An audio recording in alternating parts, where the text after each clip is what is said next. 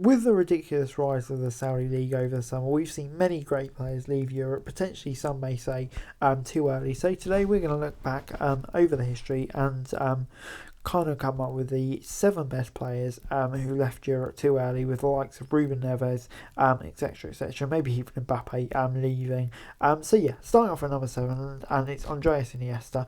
He wasn't quite a late bloomer, but it took until his early 20s for his true talents to be widely acknowledged. For the last 13 or 40 years, he's been an incredible player, a wonderfully intelligent player, and he's near perfect technically. His touch and close control has been marvelled at. And yeah, seeing him leave at about 34 was a bit of a shame, because I think he still had plenty more to offer, and was probably still one of the best attacking midfielders in the world. At number six, we've got David Beckham. Some people may think he was over the hill when he agreed to leave Real to join LA Galaxy, but it wasn't the case. He was 31 at the time and had just turned 32 when he joined the team. His peak had undoubtedly come during his time at Manchester United, but he was still an excellent technician and creator who would have been an asset to almost any team when he joined Galaxy in 2007. Brown Beckham may have been a priority, but Beck's move to AC Milan were pretty much acknowledgement that he should have played in Europe for a bit longer, and of course he did, with 6 months at PSG before hanging up the boots. Number five is Juan Roman Riquelme. It's hard to believe, but he was a quite brilliant player and one of the top players in the 2000s. And yeah, it was gutting to see him leave La Liga so soon. He was a throwback number 10 who had no interest in contributing in multiple phases of play, but he would happily destroy an opposing defence at the blink of an eye. His touch, vision, passing abilities were all unbelievable, and he played for Barcelona and Villarreal in Europe, but regularly fell out, with more comfortable back home in Argentina, where he was clearly afforded more freedom both on and off the pitch, and leaving to return to Boca at 29. I think was a bit of a shame. At number four, we've got George Best. In many respects, Best did everything too early. He peaked too early, he first retired too early, and tragically, of course, he ultimately passed away too early. From his mid-20s, he didn't leave the life of an elite athlete, and that would be to his detriment. An extraordinary talent.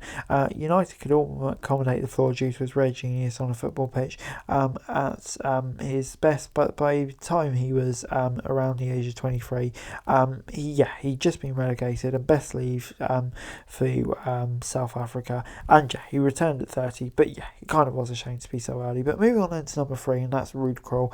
This man was named the third greatest left back of all time.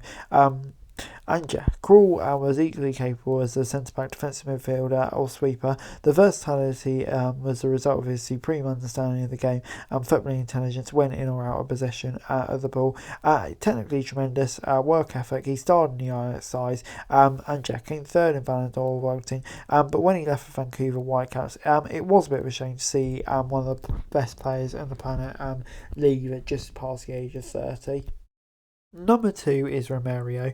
The legend of Brazil. So, put simply, he is one of the greatest centre forwards of all time. A blessed goal scorer, explosive pace, masterful movement, and ice cold finish in front of goal. He was absolutely prolific throughout his career. His time in Europe was certainly no exception, scoring 127 goals, 142 games for PSV, 39 and 65 for Barca, 6 and 12 for Valencia, but leaving at 29 to join Flamengo, Vasco and Flamazine. With that goal scoring record, it was definitely too soon. Number one is Johan Cruyff.